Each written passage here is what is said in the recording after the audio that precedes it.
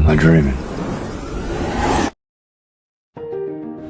Dalam era globalisasi dan perkembangan teknologi digital yang semakin canggih, telah memberikan pengaruh signifikan terhadap penggunaan bahasa.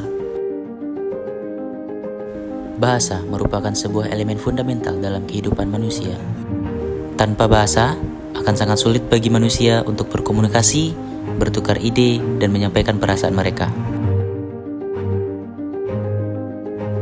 Bahasa tidak hanya sekedar alat untuk menyampaikan pesan, tetapi juga mencerminkan identitas, budaya, dan cara berpikir sebuah masyarakat.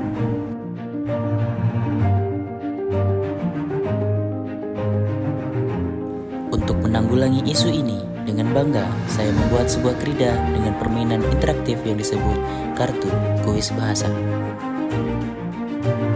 Dengan mengembangkan kartu kuis bahasa ini, kita dapat memberikan kesempatan bagi remaja untuk lebih menghargai, mempelajari, dan menguasai bahasa mereka dengan cara yang menyenangkan dan interaktif.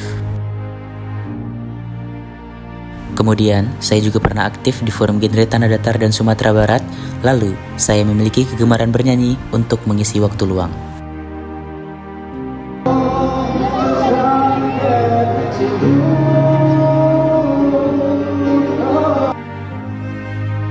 Setiap bahasa memiliki keunikannya sendiri, baik dari segi tata bahasa, kosakata, maupun cara pengucapannya.